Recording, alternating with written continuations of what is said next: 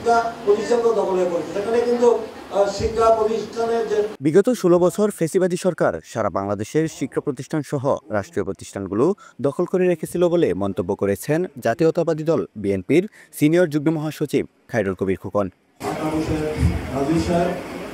তিনি বলেন, ১৬ বছর মাফিয়া সরকার, দানবীয় সরকার, ফ্যাসিবাদী আওয়ামী সরকারের আমলে সারা বাংলাদেশে শিক্ষা প্রতিষ্ঠান সহ রাষ্ট্রীয় প্রতিষ্ঠানগুলো দখল করে রেখেছিল।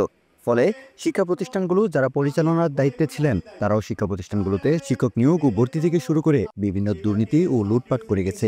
এসব কারণে দিন দিন শিক্ষার মান কমেছে এবং প্রশ্নপত্র ফাঁস সহ বিশ্ববিদ্যালয়গুলো দখলের মতো ঘটনা ঘটেছে। আমরা জানি দীর্ঘ ১৬ বছর যে দেশের যে একটি অগণতান্ত্রিক অসাংবিধানিক সরকার, একটি মাফিয়া সরকার, দানবীয় সরকার, ফ্যাসিস্ট সরকার ছিল।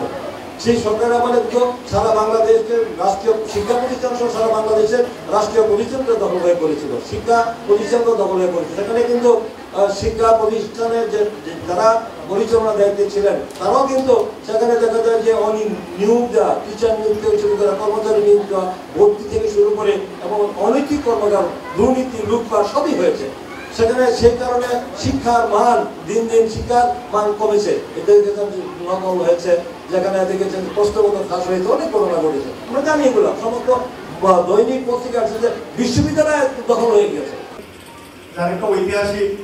বৃহস্পতিবার নরসিংদীর ব্রাহ্মণদী গার্লস স্কুল অ্যান্ড কলেজের ১০ম শ্রেণীর ছাত্রীদের অর্ধবার্ষিক পরীক্ষার ফলাফল প্রকাশ এবং বিদ্যালয়ের সার্বিক মান উন্নয়নে অনুষ্ঠিত অভিভাবক সমাবেশে প্রতিষ্ঠানের অধ্যক্ষ আলতাফ হোসেন নাজিরের সভাপতিত্বে প্রধান অতিথির বক্তব্যে এইসব কথা বলেন তিনি।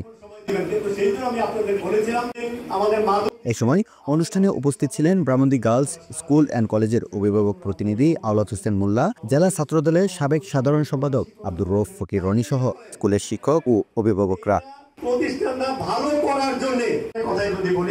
সেলিমান হাসান, সরজমিন বার্তা।